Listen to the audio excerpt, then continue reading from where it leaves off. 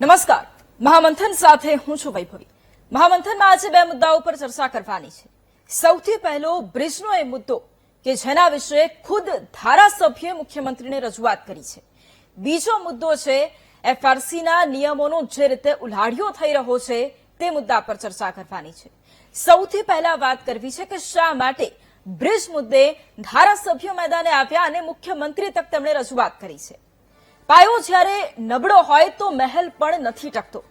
Gambhira bridge જેવી દુર્ઘટનાને આજે પણ આપણે યાદ કરીએ ત્યારે આજે પણ મનમાં એક ડર છે અને એની વચ્ચે વધુ એક બ્રિજની ગુણવત્તા પર સવાલ ઉઠે ત્યારે અને સવાલ કરનાર વિપક્ષ કે પછી કોઈ સામાન્ય વ્યક્તિ નહીં પણ ખુદ ભાજપના જ ધારાસભ્ય હોય ત્યારે વડોદરાના સાવલીમાં મેસરી નદી પર કરોડો રૂપિયાના ખર્ચે બ્રિજ બનાવવામાં આવ્યો પણ 3 જ વર્ષમાં એ બ્રિજ પર તિરાડો દેખાવા લાગી અને આ જ મુદ્દે ધારાસભ્ય કેતન ઇનામદારે મુખ્યમંત્રી ભૂપેન્દ્ર પટેલને પત્ર લખ્યો। તેમણે અધિકારીઓ સામેની નારાજગી વ્યક્ત કરી અને કહ્યું કે નબળા કામોને કારણે સરકારની નામના ખરડાઈ રહી છે। જવાબદાર અધિકારીઓ સામે કાર્યવાહી વિજિલન્સ તપાસની માંગ કરી અને તેમની આ માંગ બાદ તરત જ સરકારે તપાસના આદેશ પણ આપ્યા। આરસીસી ઉખાડવાના આક્ષેપ, ભ્રષ્ટાચારની શંકા અને અધિકારીઓ સામે કાર્યવાહીની માંગ।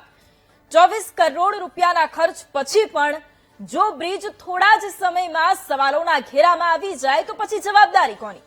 અધિકારીઓની કે પછી આખી સિસ્ટમની? ટેક્સના રૂપિયાથી બનેલા વિકાસ કામોમાં જો વિશ્વાસ જ ન રહે તો પછી જનતા કોની પર વિશ્વાસ રાખે? આજે વાત અને ચર્ચા ફક્ત બ્રિજની નથી પણ વાત છે લોકોની સુરક્ષાની, પારદર્શિતાની અને જવાબદારી। કોન્ટ્રાક્ટર અને અધિકારીઓની મિલીભગતના કારણે કરોડ રૂપિયાના પ્રોજેક્ટ ખોખલા બની રહ્યા છે। ધારાસભ્યએ કહ્યું કે કંઈક ખોટું થઈ રહ્યું હોય તો એડવાન્સમાં જ પગલાં લેવા જોઈએ। તાત્કાલિક એક્શન કેમ નથી લેવામાં આવતો તેને લઈને સવાલો કર્યા। ધારાસભ્યની વાત તક અધિકારીઓ નથી સાંભળી રહ્યા એક સૌથી મોટો સવાલ છે તો પછી સામાન્ય નાગરિક એ શું અપેક્ષા રાખે? અને એટલે જ સવાલ એ છે કે ટેકનિકલ ચકાસણી માત્ર કાગળ પૂરતી જ સીમિત રહી, ગુણવત્તા સાથે સમાધાન કેમ થઈ રહ્યું છે? સામાન્ય માણસ પોતાની સુરક્ષા માટે હવે કોની ઉપર વિશ્વાસ રાખે? કરીશું આ મુદ્દે મહામંથન।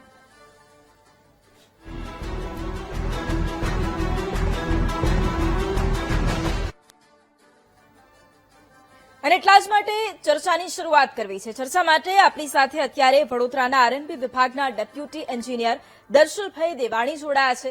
સર, સૌથી પહેલા તો ખૂબ સ્વાગત છે આપનું મહામંથનમાં। સર, સૌથી પહેલો સવાલ એ છે કે 2023માં આ બ્રિજ બન્યો, 24 કરોડની એની કિંમત છે, 3 વર્ષમાં જ તિરાડો પડી ગઈ છે। સૌથી મોટો સવાલ એ કે ગુણવત્તા સાથે બાંધછોડ કેમ?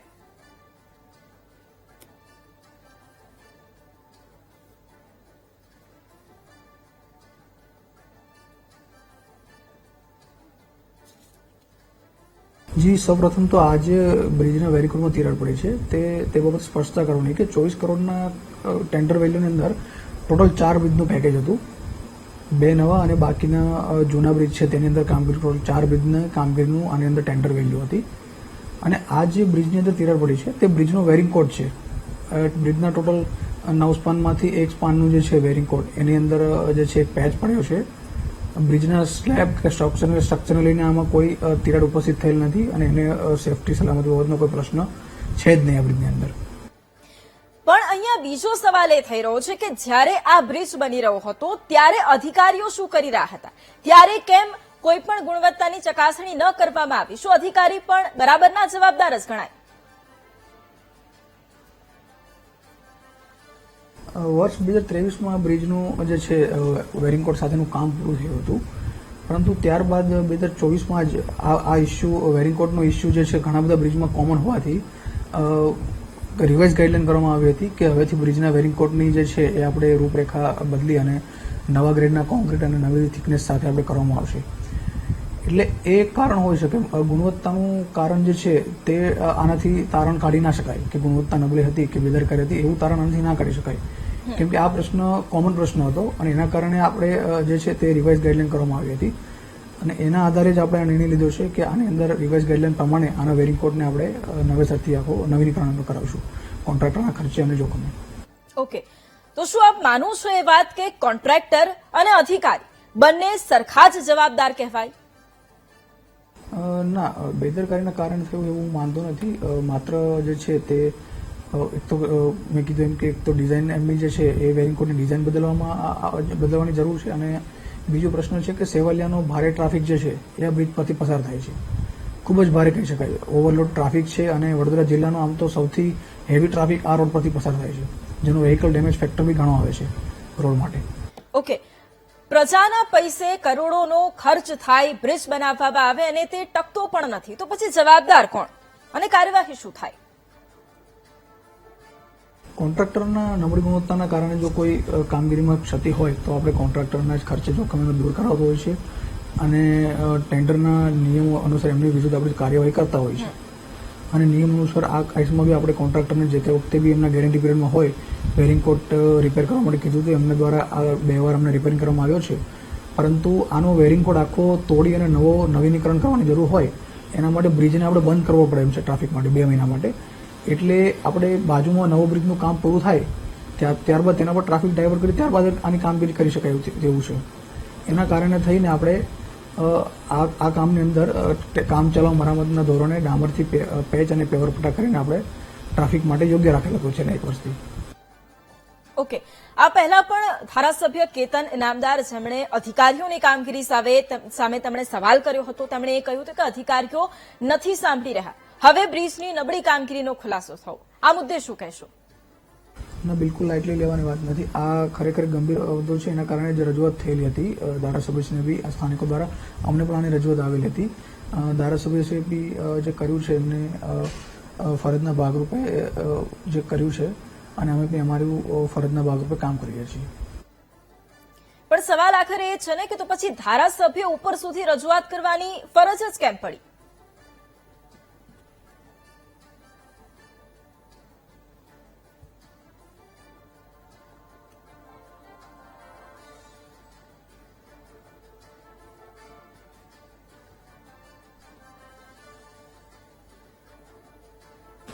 આ બ્રિજની નબળી કામગીરી વિશે કોઈ પ્રશ્ન ઉપસ્થિત હોય એવું મને લાગતું નથી. કામગીરી જે છે તે આપણે ટેન્ડરના સ્પેસિફિક જેવું કરાવેલ છે, પરંતુ આખા 4 બ્રિજના પેકેજમાંથી આ જે વેરિંગ કોટનો એક ઇસ્યુ છે એમને જ આપણે ખાલી અત્યારે મતલબ ગંભીર મુદ્દો આપણે નોંધ લીધેલી છે. બીજો કોઈ પ્રશ્ન આ બ્રિજમાં કોઈ સલામતી લઈને બી ધ્યાન પર આવેલ નથી. બ્રિજની અંદર આપણે તમામ ટેસ્ટો અને એમનો લોડ ટેસ્ટ સુધીની બધી જ કામગીરીઓ આપણે કરવામાં આવેલી છે. ઓકે, હવે જ્યારે ખુદ ધારાસભ્યએ આ મુદ્દો ઉઠાવ્યો છે ત્યારે હવે સવાલ બીજો એ પણ છે કે હવે આગળ શું કરવામાં આવશે, શું કામગીરી કરવામાં આવશે? કે વેરિંગ કોટનું જે છે નુકસાન જોઈને લોકોમાં એક એવો મેસેજ છે કે ભાઈ કામગીરી નબળી છે, પરંતુ એના માટે જ મારી આપ સૌની વિનંતી તેમજ સ્પષ્ટતા બી છે કે નબળી કામગીરીનો કોઈ પ્રશ્ન નથી, માત્ર ડિઝાઇનને લગતો પ્રશ્ન છે જે અમે નિયમ અનુસાર એને સોલ્વ કરી રહ્યા છીએ. ઓકે, જો તપાસ કરશું અને બ્રિજની કામગીરીમાં જો ક્ષતિ જણાશે તો જેટલા પણ જવાબદાર અધિકારી છે અથવા તો કોન્ટ્રાક્ટર છે, શું તેમની સામે કાર્યવાહી થશે ખરી? અત્યારે કામચલાઉ ધોરણે એને આપણે પેચવર્ક કરી અને મરામત કરીએ છીએ. આનું પરમનન્ટ સોલ્યુશન એ રહેશે કે બાજુના બ્રિજ પર જ્યારે ટ્રાફિક છોડીશું અમે, એટલે આ બ્રિજને ટ્રાફિક માટે બંધ કરી શકીશું, જેથી ટ્રાફિકનો કોઈ અડચણ કે અવરોધરૂપ ના થાય, ટ્રાફિકનો ફ્લો સ્મૂથ રહે. એટલા માટે બાજુના બ્રિજ પર ટ્રાફિક ચાલુ કરી આ બ્રિજને ટ્રાફિક માટે બંધ કરી અને આનું કાયમી સોલ્યુશન વેરિંગ કોટને આપણે નવીનીકરણ કરીને કરી આપીશું. ઓકે, અને હવે કારણ કે એ પણ સૌથી મોટો પ્રશ્ન એ કે જે પણ કામગીરી કરવામાં આવી છે અત્યાર સુધી, અને હવે જ્યારે આગળ કામગીરી કરવાની હોય તો પછી નિયમ અનુસાર જે બી ક્ષતિ સામે આવશે તે જવાબદાર અને લાગતા વળગતા ઇજારદાર તેમજ અધિકારીઓ તરફ જે છે કાયદાકીય કાર્યવાહી કરવામાં આવશે. પરંતુ એ જે પ્રશ્ન છે તે સરકારશ્રી કક્ષાનો હોય એ બાબતે વિશેષ ટિપ્પણી મારાથી કરી શકાય તેમ નથી. જી બિલકુલ, આભાર સર અમારી સાથે જોડાવા માટે, આના ચર્ચામાં ભાગ લેવા માટે. તો જે પ્રમાણે અત્યારે આખી આ કામગીરી જેની સામે ખુદ ધારાસભ્યએ સવાલો ઉભા કર્યા, આરએનબી વિભાગના ડેપ્યુટી એન્જિનિયર આપણી સાથે જોડાયા અને તેમની સાથે વાત કરી. તેમણે એ તો ખાતરી આપી છે કે હવે કામગીરી થશે, પણ ક્યારે થશે એ સૌથી મોટો પ્રશ્ન. અને એટલા જ માટે અન્ય ગેસ્ટ પણ આપણી સાથે જોડાયેલા છે. આપણી સાથે કોંગ્રેસ નેતા ડોક્ટર નિકુલ પટેલ જોડાયેલા છે, વડોદરાથી આપણી સાથે સ્થાનિક પણ જોડાયેલા છે, કલ્પેશભાઈ પટેલ આપણી સાથે જોડાયા છે. આપ બંનેનો સૌથી પહેલા તો સ્વાગત છે મહામંથનમાં. કલ્પેશભાઈ, સવાલની શરૂઆત આપની પાસેથી મારે કરવી છે એટલા માટે કારણ કે વડોદરામાં અને એમાં પણ ધારાસભ્ય કેતન ઇનામદાર એ વાત કરતા હોય કે જ્યારે 3 વર્ષ જેટલો સમયગાળો અને એમાં પણ જે બ્રિજ પર તિરાડો દેખાવાનું શરૂ થઈ જાય એટલે સામાન્ય રીતે આપના જેવા અનેક લોકો છે કે જે ત્યાંથી પસાર થતા હશે, જીવના જોખમે એ રસ્તો એમને પસાર કરવો પડતો હશે. એટલે મારે આપની પાસેથી તો સૌથી પહેલા એ જાણવું છે કે ત્યાં શું સ્થિતિ છે, કેટલું જોખમ છે?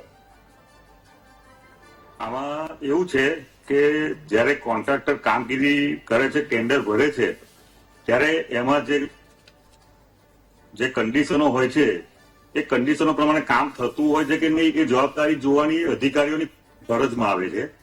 અને અત્યારે જે રીતે ડેપ્યુટી એન્જિનિયર સાહેબે વાત કરી કે આમાં કોઈ ક્ષતિ નથી કે અમે રિપેરિંગ કરી દઈશું, તો એ બાબતે ખરેખર ડેપ્યુટી એન્જિનિયર સાહેબે પહેલા તો કોન્ટ્રાક્ટરને નોટિસ આપવી જોઈએ કે ભાઈ 3 વર્ષની અંદર આવો બ્રિજ કેમ બની ગયો. કરોડો રૂપિયા ટેક્સના જ જાય છે, કોઈના અધિકારીના ખિસ્સામાંથી કે કોઈ જગ્યાએથી આવતા નથી.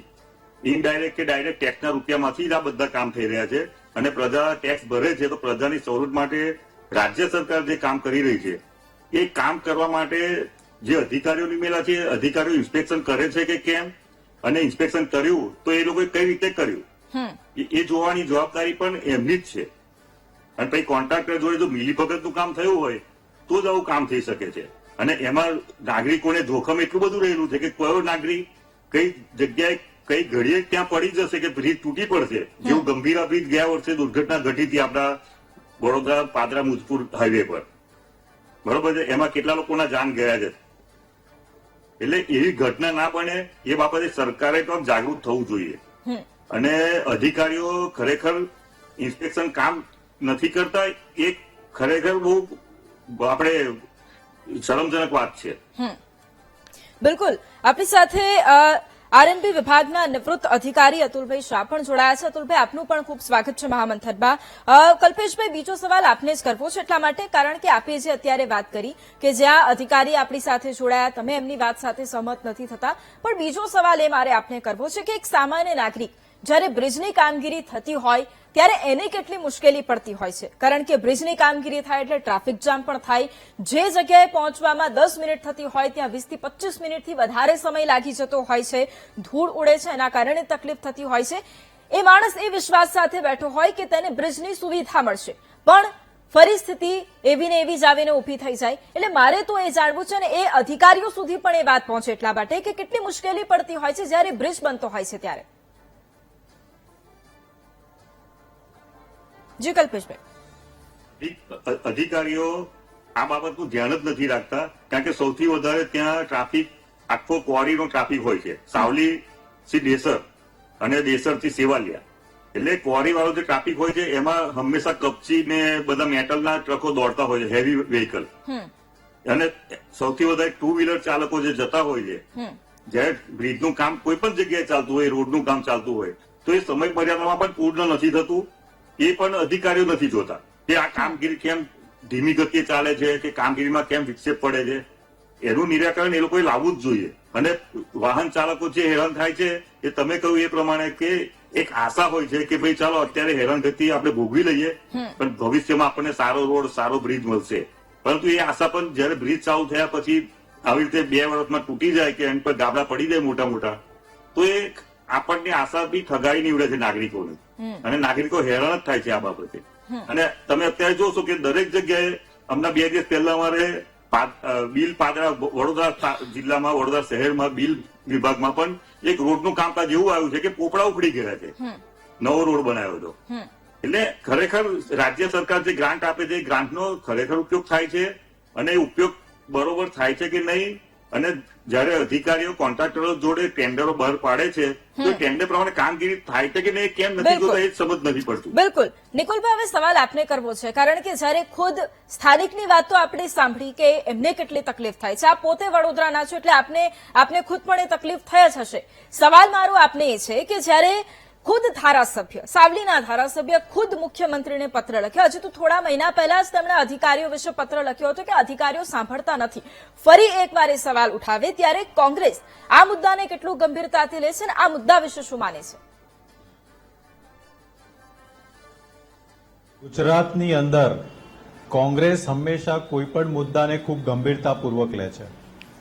એ કોઈ બી મુદ્દો હોય અને ભ્રષ્ટાચાર વિશે વાત કોંગ્રેસ વર્ષોથી કરી રહી છે અને ગુજરાતની અંદર આ જે મુદ્દો છે સમજી લો કોંગ્રેસ દ્વારા લાવવામાં આવ્યો હોત તો કદાચ આ ભારતીય જનતા પાર્ટીના શાસનવાળા એવું કહેતે કે આ લોકો તો દેશદ્રોહી છે અને ખોટી વાતો કરે છે, પરંતુ જ્યારે કેતન ઇનામદાર ધારાસભ્યશ્રી એટલે કે સરકાર પોતે જ કહેવાય, કારણ કે સરકાર શું છે 182 ધારાસભ્યોમાંથી ભારતીય જનતા પાર્ટીના ધારાસભ્યો ભેગા મળીને બનાવેલ સરકાર, હવે સરકાર પોતે જ સરકારને સવાલ કરે છે અને સરકાર એનો જવાબ નથી આપી શકતી, તો હવે સામાન્ય જનતાને વિપક્ષની વાત જ ક્યાં રહી? આપણે જયારે બ્રિજની વાત કરીએ છીએ, ગુજરાતના વિકાસની કડવી વાસ્તવિકતા હું તમને કહેવા માંગીશ, તમારા માધ્યમથી લોકોને જણાવવા માંગીશ કે ગુજરાતમાં છેલ્લા 5 વર્ષમાં 17 પુલ ધરાશાયી થયા હોય એવો આર્ટિકલ છે અને વિકાસની સાથે વિશ્વાસનો પુલ ધરાશાયી થઈ ગયો છે આ ગુજરાતની અંદર. આપણે જોયું કે ઘણા બધા ઉદાહરણ છે, ગંભીરા બ્રિજની દુર્ઘટના હોય, 9 જુલાઈ 2025 બોટાદનો પુલ ધોવાયો જૂન 2025માં, મુંબઈ અમદાવાદ બુલેટ ટ્રેન પ્રોજેક્ટનો સાઇટ ઉપરનો 5 નવેમ્બર 2024 ના દિવસે નિર્માતાધીન પુલ તૂટી ગયો, બોડેલી છોટાઉદેપુર પુલ 28 ઓગસ્ટ 2024, ચોટીલા હબિયાસર ગામ પાસેનો પુલ ધરાશાયી થયો 2024, મોરબીના હળવદ પુલ ધરાશાયી થયો 2024, સુરત શહેરની ઉદ્ઘાટન પહેલા જ નમી ગયો મેટ્રોનો પુલ, મહેસાણા આંબેડકર, પાલનપુર નિર્માતાધીન, ખેડા ધંધુસર, મોરબી ઝૂલતો પુલ, રાજકોટ માધાપર ચોકડી. તમે વિચાર કરો કે આ ગુજરાતની અંદર જ્યાં 3 દાયકાથી ભારતીય જનતા પાર્ટીની શાસન છે, 3 દાયકા એક બ્રિજ નથી ચાલતો, એવી પરિસ્થિતિ આ ગુજરાતની અંદર છે. એ રજૂઆત આ ધારાસભ્ય કરી રહ્યા છે. મને એવું આશા છે કે આ સરકાર એના પર વ્યવસ્થિત રીતે ઇન્કવાયરી કમિટી બેસાડે, આવા અધિકારીઓ કોન્ટ્રાક્ટરો જે મિલીભગત કરીને લોકોના ટેક્સના પૈસા ચોરી રહ્યા છે એને સજા કરે, અને ચમરબંધીઓની જે વાત આ મારા હર્ષ સંઘવીભાઈ જ્યારે હોય ત્યારે ટીવી પર આવીને કરતા હોય છે ને, એમને મારી 2 હાથ જોડીને નમ્ર વિનંતી, વિપક્ષ તરીકે નહીં, એક નાગરિક તરીકે ને ટેક્સ પેયર તરીકે, કે આવા લોકોને સજા કરો, સજા. તમારા સુરતમાં બ્રિજ તૂટી ગયો, ગુજરાતમાં બ્રિજ તૂટી ગયો, તમે આખા ગુજરાતના ગૃહમંત્રી છો અને તમારા નેતૃત્વમાં આવું થાય કેટલું વ્યાજબી વસ્તુ છે? બિલકુલ. અતુલ સાહેબ, સવાલ આપને કરવો છે, કારણ કે વર્ષોનો અનુભવ છે અને સવાલ આખરે એ જ આવીને ઉભો થાય કે જ્યારે છેલ્લા કેટલાય સમયથી અધિકારીઓ નથી સાંભળતા, આજ સાંભળવા મળે છે કે જનપ્રતિનિધિના મુખે. હવે જ્યારે આ બ્રિજ બન્યો, બ્રિજની કામગીરી વિશે સવાલો ઉભા થયા, ખુદ ધારાસભ્ય મેદાને આવ્યા, એમણે સવાલો ઉભા કર્યા, ત્યારે આવી જ્યારે બાબત સામે આવતી હોય ને એમાં પણ હું આ બ્રિજની વાત કરું તો જ્યારે એની ગુણવત્તા પર સવાલો ઉભા થતા હોય તો આમાં જવાબદાર કોને ગણવા? શું એક કોન્ટ્રાક્ટરને જવાબદાર ગણવો કે પછી એક અધિકારીને જવાબદાર ગણવો? એની વાત તો એ છે કે જે કોઈ કામ કરવું હોય એની પર ગુણવત્તા વિભાગ છે આપણી પાસે, ગુણવત્તા વિભાગ ચેક કરે કે આ કયા કારણથી થયું છે, કયા કારણથી થયું છે તેની જવાબદારી કોણ? સરકારમાં તો નક્કી જ છે કે જે કામ કરાવે એની જવાબદારી, કામ નથી કરાવતા એની કોઈ જવાબદારી હોતી જ નથી. ત્યારે બીજી વિશેષ વાત કરવાની, મેં મારે 35 વર્ષના ગાળામાં સર્વિસના ગાળામાં ઓછામાં ઓછા 10 બ્રિજ બાંધેલા છે. બાયપાસ પરના વિશ્વામિત્રીનો 2 બ્રિજો છે, એક જ બ્રિજને આજ સુધી કશું થયું નથી. એટલે પુલનું તો એવું છે કે પુલ તો આપણે એવું બને કે 100 વર્ષની ઉપર ચાલે. ભરૂચમાં આપણે ગોલ્ડન બ્રિજ જો 125 વર્ષની ઉપર હજુ અડીખમ ઉભો છે, ભલે રેલવેનો પુલ હતો, અને નવા પુલ 2-3 વર્ષમાં થઈ જાય જોવાળું નથી એની પર. બાકી તાત્કાલિકમાં હું નથી માનતો કોઈ જગ્યાએ 8 સુધીનું કામ હોય વર્ષ 2 વર્ષમાં ઉતરી જાય. કે પંચાયતના નાના નાના રોડ નથી કે 2 વર્ષ અતુલ સાહેબ, આપ એવું માનો છો કે આ જે કામગીરી થઈ રહી છે ભ્રષ્ટાચાર અને ખાઈ રહ્યો છે, આપ એવું માનો છો? જો જ્યાં સુધી તમે એનું મૂળ શોધો ને ત્યાં સુધી તમે કેવું નક્કી કરો? તો મરઘી પેલું કે ઈંડું પેલું એના જેવી વાત છે. તમે નક્કી કરો કે પેલા ઈંડું હતો પેલા મરઘી હતું, તો પેલા એ લોકોએ કામ ખરાબ કર્યું છે કે ભ્રષ્ટાચાર કર્યો છે? પેલા કામ ખરાબ થઈ ગયો ફલિત થાય એટલે ઓટોમેટિક બધા આવી જાય છે. પણ એક વસ્તુ મારે અત્યારે કેવી પડશે ચોક્કસ રીતે કે સરકારમાં અધિકારીઓને પુષ્કળ સજાઓ કરી છે, કોન્ટ્રાક્ટરને બાદબાકી સજા થઈ છે. એના માટે કોણ જવાબદાર? નફો જે કંઈ કામ થાય એનો નફો બધો કોન્ટ્રાક્ટર લઈ જતા હોય છે. તો સરકાર કોન્ટ્રાક્ટરને બ્લેકલિસ્ટ કરે ને, આવા કોન્ટ્રાક્ટરોને ઘરે કામ ના આપે. મેં જેલના સળિયા પાસે ધકેલો અને સીધા કામ કરતો થઈ જશે. પછી પ્રશ્ન આવે જ નહીં આપણે ત્યાં ગુજરાતમાં કોઈ આવે એટલે ઘણી સારી રીતે કામ કરેલા જ છે પહેલા ભૂતકાળની બધા કોઈ રીતના કશું થયું નથી. પછી દરેક જયારે તમને ખ્યાલ આવે કે આ કારણ ખરાબ થયો છે. ઓકે પહેલા એને જાતે સ્થળ પર જઈને જોવું જોઈએ કે શું કારણ છે. ધારાસભ્ય રજૂઆત કરી છે તો કોઈ છે મારી પાસે પૂરી ડિટેલ નથી એટલે અત્યારે ખણાવટ કરી શકતો નથી અત્યારે.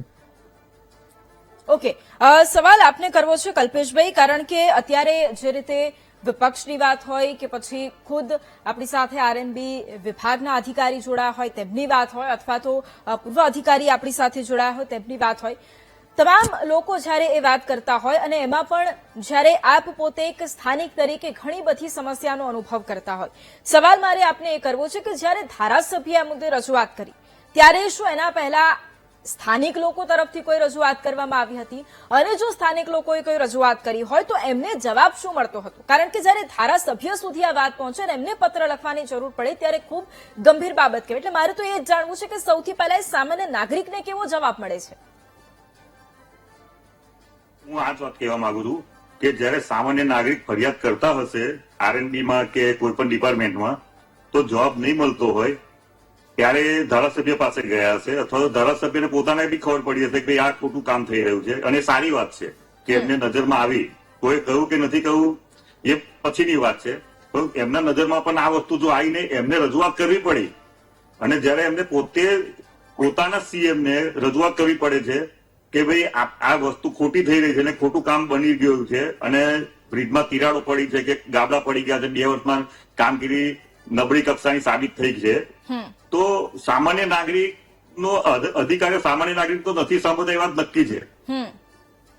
કોઈ પણ આજે સામાન્ય નાગરિકે મધ્ય ગુજરાતમાં જયારે વોટિંગ થયું છે ત્યારે મોદી શ્રીના નામે વડાપ્રધાન શ્રીના નામે વોટિંગ કર્યું છે કે ભાઈ વિકાસ થશે, દરેક રોડ સારા થશે, રસ્તા સારા થશે, બ્રિજો સારા થશે.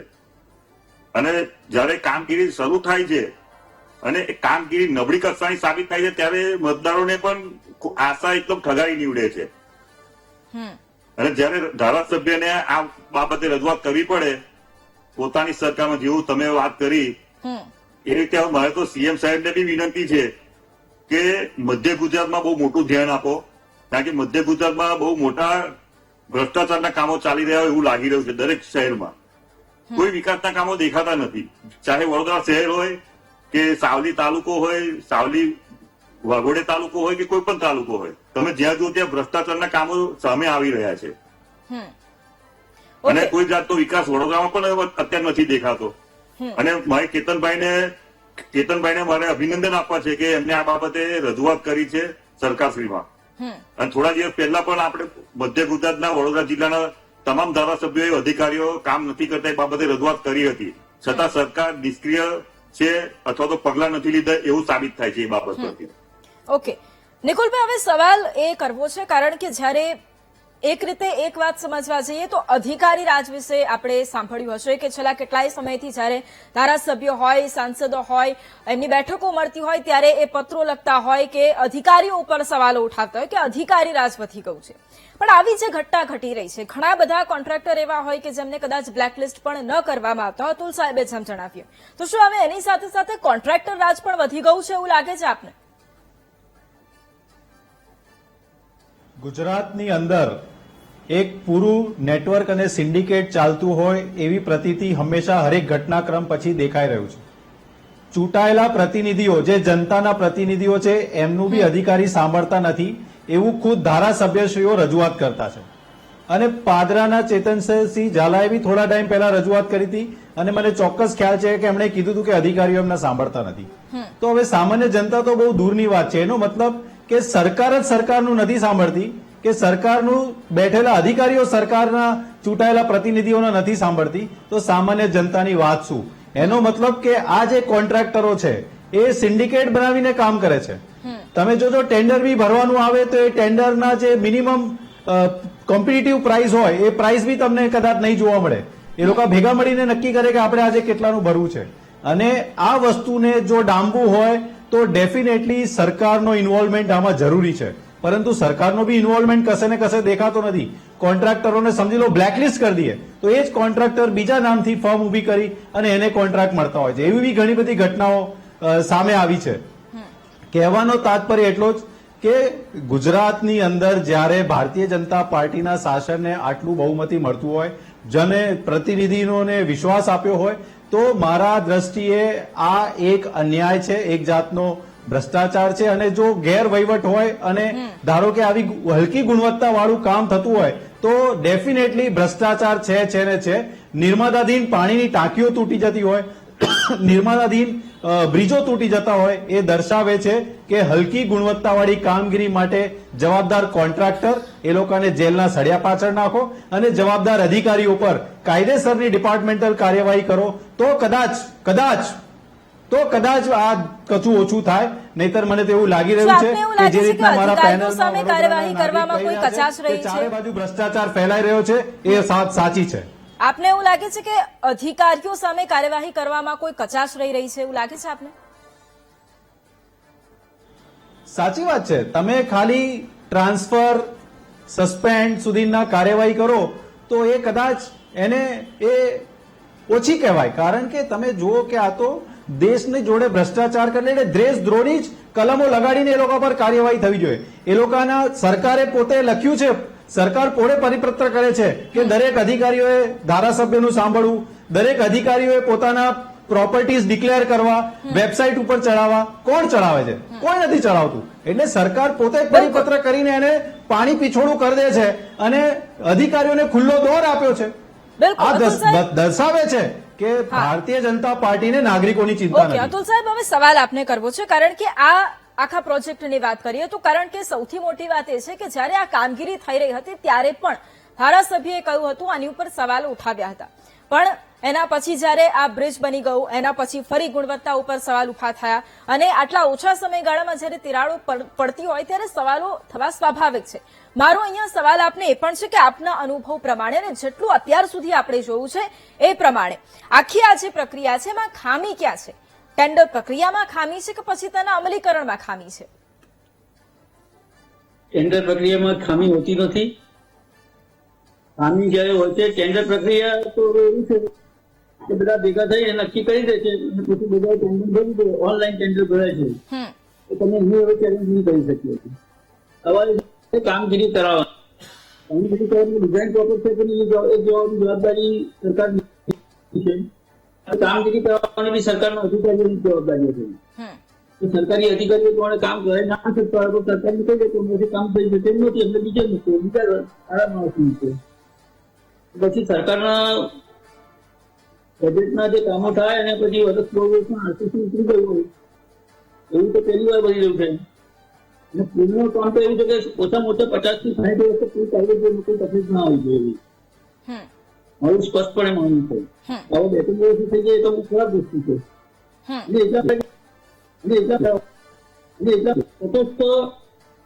ઇજનેરો પાસે તપાસ કરાવો, ઓકે.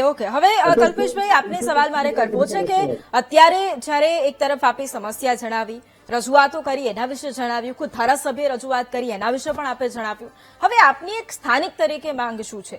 આ એક બ્રિજ નહીં પરંતુ જ્યારે એક કામગીરી થતી હોય તેમાં એક તરફ લાંબો સમયગાળો લાગી જતો હોય, ઘણી વખત એવું પણ બને કે ઉદઘાટનના ઉતાવળમાં જલ્દીથી બની જતું હોય, એના કારણે પ્રજાની જિંદગી જોખમાય છે, એ વાત હકીકત છે. એટલે હવે એક સ્થાનિક તરીકે આપની માંગ શું છે આ મુદ્દે? મારી તો એક રજૂઆત સરકારશ્રીને છે કે તમે જ્યારે જ્યારે આ ટેન્ડર બહાર પાડો, કોઈ પણ રોડ હોય, કોઈ પણ બ્રિજ હોય, બરાબર, તો ત્યારે એની ઉપર કડક ધ્યાન રાખે અધિકારીઓ, અને જે અધિકારીઓ નિમેલા હોય એની જોડે રિપોર્ટ માંગે કે ભાઈ આ કામગીરી કેવી ચાલી રહી છે.